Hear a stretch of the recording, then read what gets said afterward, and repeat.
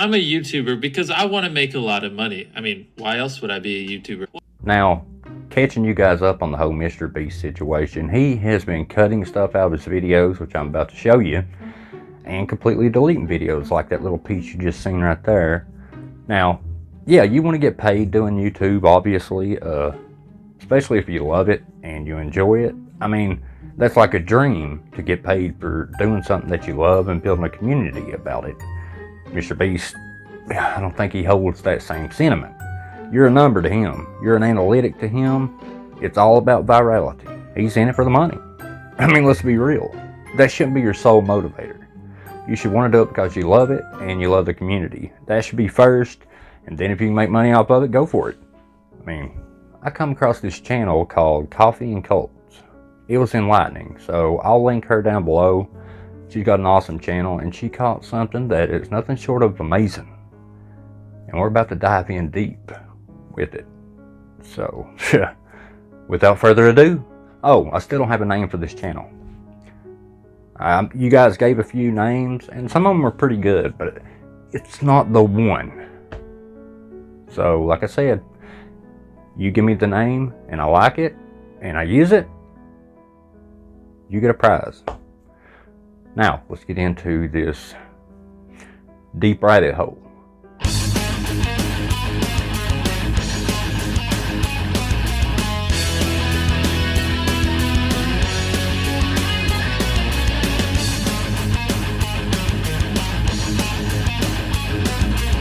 I'm a YouTuber because I want to make a lot of money. I mean, why else would I be a YouTuber? Well, women are stupid because they're inferior to men. And because they're inferior, they have smaller brains, which obviously makes them stupider. And that's also why you can't respect women, you know. But you got to act like you respect them. You'll never actually respect a woman, but just act like you respect them. And you'll be fine with that. And you also ended up with saying, I just want to have sex with them. And that's pretty normal. I mean, why else were women created? Wow.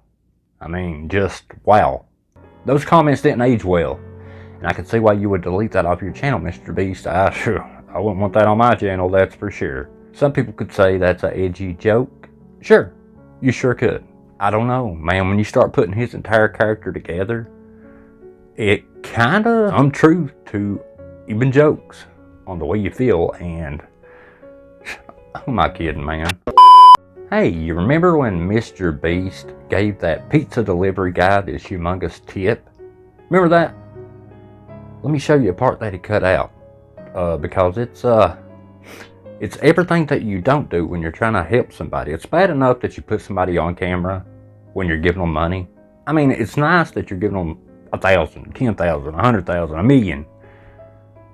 But you gotta record it. And not only do you have to record it, you got to put them through this. Probably take a step back, but now be like shocked. Like have your hands over your face, like you're emotional as you can be. So like have your hand reaching for it, and then like be like shocked, like you're. In fact, call me Daddy Jimmy as you reach for the money. Get down and beg. Get down and bark like a dog, you peasant. You make me sick. You're nothing but a bum. You're nothing but an NPC like on Grand Theft Auto San Andreas that I can just run over my vehicle. Get out of my face. Spread out the money as much as you can. No, hold. Now act a little surprised. Like be like really shocked with your mouth open. Yeah, like that. And Mr. Beast is so cool. Look at him flash money to this peasant. This peasant who's like an NPC to a Grand Theft Auto game. Do pizza guys even qualify as human beings? Now just call me YouTube Jesus. But remember pizza guy, I'm merely a servant. Do not worship me. Mr. Beast, you're YouTube Jesus. In fact, you're helping me pay off my student loans. You are a legend. You're humiliating yourself. That's it. You do exactly what Daddy tells you. I can only imagine how uncomfortable this pizza delivery guy is, even though he's getting a big tip. He's probably like, man, is it really worth this? It's humiliating. Oh, come on, just one good face for a great thumbnail. Need a great thumbnail. Need people to click. Need that virality. Now, this brings us to the Shadman artist. Now, if you've never heard of Shadman, let me catch you up real quick. He draws underage stuff that I don't gotta tell you what it is. You automatically know. It's the worst thing you can draw. Underage, blah, blah, blah, blah, blah. I can't say it because YouTube. But there's this video going around which Mr. Beast or his team has conveniently cut out of their video of this piece of art that was bought, that everybody assumed that it was Ava Chris Tyson's art. It couldn't be Mr. Beast. It had to be, you know, Ava Chris Tyson, the one who has gloated in Discord about Shadman and his great nasty art. But let's look at the clip. I'm gonna kind of bleep out the picture because it's I just don't want you to see it, but it's important because in this clip Mr. Beast looks at that picture. Now most would say, well, we don't know who it belongs to. I think we do now. But anyway, just watch this clip. There's the Shadman art on the wall on the left there. The question is, who does it belong to? Most people said it was Ava Chris Tyson's art. So obviously someone owns that art. Now, in this one clip, we can't distinguish who owns it. It's on the wall, yes. But who does it belong to? And that, ladies and gentlemen, is where Coffee and Colts comes in. She made a fantastic video, and as far as I know, she's the only one that caught this. And I just wanted to bring it to more eyes. But she found another video that has that very same piece of art in it. And it gets good. The video in question is where Mr. Beast bought a new car. Now, Coffee and Colts had to say this. But in the video, he talks about the fact that for months, Ava hasn't lived there. Ava moved out, and Ava took her TV off the wall. When you move out of a location, what do? You take your belongings with you, obviously. Now, I get it. When you move out, you may forget a couple things, right? But after you're, and when you first move out, you very well may leave a few things. But after you've moved out and you still visit your buddy, you're going to make sure within a week or two, or maybe even a month, that you're going to make sure that you've gotten everything, right? Anybody. So, this clip is Mr. Beast like months after Ava Chris Tyson moved out. This is him sitting in his garage. And take a look on the wall. Where something has to change because it's miserable sitting in that fucking room alone all day, editing, writing scripts, filming. I just don't want to do it. And also, Chris, my roommate, moved out, so that doesn't really help either. But as for the car, honestly, it's brought me a lot of joy. I love that. What's that I see on the wall to Mr. Beast's left or right? That Shadman art is right there after Ava Chris Tyson has already moved out. That means it belongs to Mr. Beast. Let's look again. So Chris has moved out, right? Mr. Beast sits alone in his empty living room. Well, almost empty. I mean, you could tell a lot of furniture has been moved out. But if you take the time to look, it's the same living room, ladies and gentlemen, that had that piece of Shadman art on the left right here. Now, there's the art. Now, there's Mr. Beast. Now, let's take a look right there. That art is still there. Hey, Penguinz0, you gonna call this out, Charlie? No, you're just gonna continue to ignore this whole Mr. Beast drama because you're friends with him? Mentioned that in a past video, just poking fun. There's a lot of Penguinz0 fans that really got pretty upset about that. Hey, I like Charlie, but man, is he biased. And speaking of biased, man, that's so cool of a segue. Look at this video. I was going to wait for this video to be finished before showing anything or talking about it, but I just can't wait any longer. I'm scratching at my neck about this. The cup runneth over on giggles. I keep laughing to myself about it, so I just want to show you it, at least a little bit from it. A few days ago, my friends and I thought it would be a banger idea to go to a comedy club and perform a stand-up routine, a nice tight 5. Wow, Charlie, how did you come up with that idea? Stand-up comedian? Huh. In the back of my brain, I feel like somebody did that before you, and I don't know. What's his name again? Deaf Noodles. Oh yeah. Remember the video, Charlie, that you done on Deaf Noodles where you completely... And I don't like Deaf Noodles. I like Charlie way more than I do Deaf Noodles. But Deaf Noodles had a similar idea. Wasn't the same, but similar. And how you pointed out how cringy and stuff it was. Remember that? Let's look at this little piece of content gold. I don't know how many of you are familiar with Deaf Noodles, but yesterday, an event that he was hosting finally happened, which is this, the Super Roast Battles. It's an event he was hyping up for weeks. None of them showed up. In fact, almost nobody in general showed up. As you can see, it's not exactly like a sold-out stadium here. It's about 10 family and friends. Now, I know no commentary channel will call out Penguinz0 because he's like the golden boy of commentary drama type channels, so nobody gonna say anything. Except this guy. You took the idea that Deaf Noodles had, Charlie, this is what you did, and you figured, well, we're not stand-up comedians. Our jokes are going to stink. So let's take advantage of the fact that our jokes stink.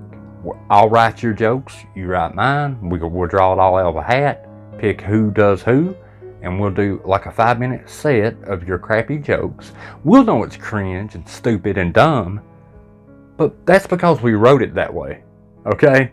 But we wrote each other's material. We drew names out of a box, and we would write for whoever we got. Kind of like Secret Santa, but instead of giving a gift, we're just giving pure fucking cringe. I just thought this was funny. Dry hair, wet hair. What happened? That would have to be performed by the person you got from the box in front of an audience. A live audience. I think I created one of the worst stand-up routines most of you have ever seen. This shit is so bad, Amy Schumer's probably gonna steal a few jokes from it. So when Deaf Noodles done it, it was nothing but a horrible cringe fest of garbage, right? Complete, utter garbage. But Charlie here's like, oh, but we wrote it this way. We meant for it to be bad. See, that's how you knock criticism. That's how you kind of guide the criticism in the way you want it to go, because we meant it to be this way though. See, that's the difference between us and Deaf Noodles is we wrote it that way. Deaf Noodles just sucks. And this was a complete fucking disaster. This is unreal. We're not watching the whole thing. In fact, I don't think anyone can without puking. Wow, Charlie, why don't you go a little bit harder on the guy? I mean, come on now. And then we get into it, and it is immediately awful. It's gonna be a really special night today. We have some really amazing comedians. We're gonna just roast the shit out of each other for your enjoyment. By no stretch of the imagination am I saying that Deaf Noodles made a masterpiece either, okay? But, hey, let's see what Charlie does here. Let's see this, just roll it.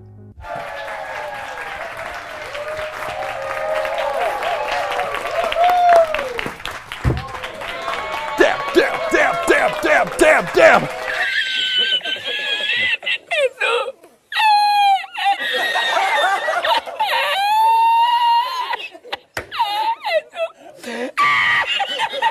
I can't do it. I quit. Toodaloo.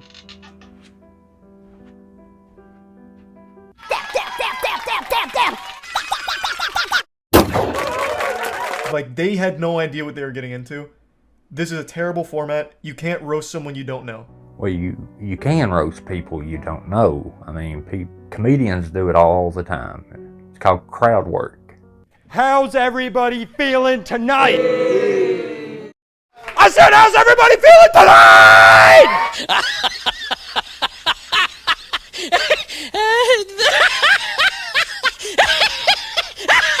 Wow, it's so entertaining.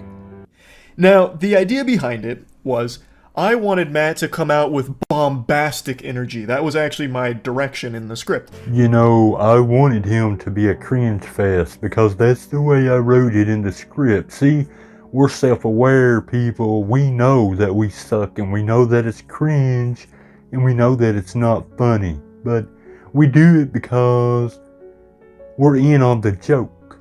That's what we do. Now, I do want to mention that I did make a request of the audience to do their best not to laugh during his performance.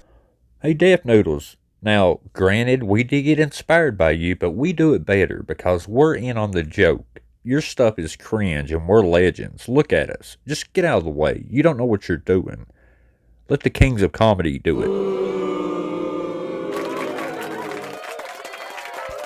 I love you too, guys. I can't take it anymore. You gotta go. Nobody else will say it, but I'll say it. You gotta get out of here. You're welcome, guys. I mean, somebody had to do it. Don't do my friend that way. Oh, look you at that son little of a guy. bitch. Get out of here, you little worm. Thank you, guys. I appreciate you. You're welcome. You're welcome. No autographs. Well, Charlie, the joke's on you because nobody was going to laugh anyway. A lot of YouTubers that don't like this guy, Deaf Noodles, were streaming this just making fun of him, and the streams were so popular it started trending on Twitter. Christ, cringe almost made me puke. And speaking of cringe... Tampa! Tampa! Damn! And like I said, I don't like Deaf Noodles. I've never liked Deaf Noodles. But, I mean, take this clip for instance. To me, it sounds like the people that are there are laughing and having a good time. You can get over that. Just be more likable. You know what I mean? Like, this is what happens at, like, a middle school lunch table. Like this is just awful. And that was only, like, a couple of clips. I can only imagine how bad it got in the middle, too. Yeah, I mean, your guy's stand-up was not even abysmal. It's the biggest cringe fest I've ever seen in my life. I mean, take a look at this clip. No pity laughs, please. It's all fucking hilarious, though. Okay.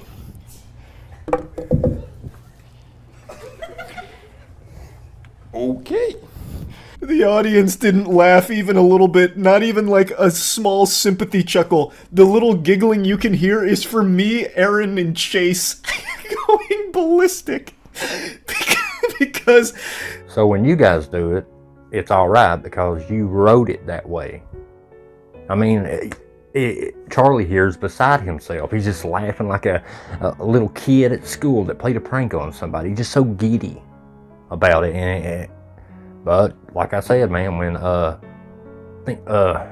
Deaf Noodles done it, it's oh man, it's gross, it's cringe, dude. Going ballistic because crowd, it was worse than a funeral. I know I had requested they do their best not to laugh, but there wasn't even like the slightest urge to laugh. Yes, because it stunk. Charlie, I don't know how else to tell you, buddy. It just absolutely stunk. It was cringy. Wasn't funny. It wasn't even funny in a self-referential meta kind of way either. Like, hey, we're breaking the fourth wall here because we know it's funny, cringe. What? No, it sucked. That's what it done. It sucked. And arguably, now this is arguably, Deaf Noodles had the idea first and done it better. Well, I don't know if I can, but anyway. Charlie, how about you do a video on Mr. Beast? You know, the very one you refuse to do a video on and haven't, even though if it's somebody else, you come a-running quick, but you know what? You do you. That's why I'm here, baby. I am taking my debunking skills and I'm going after everybody. I am no longer constrained with just paranormal. I can take my skills and go anywhere. And that's all thanks to you guys. I appreciate you. Man, it's just video after video, just hopscotch. First channel, this channel, first channel, this channel. We're doing good. And you guys motivate me. I appreciate it. I've never felt better. I love you guys. I appreciate you. And I'll see you in the next video. Y'all come back now. You hear? Peace.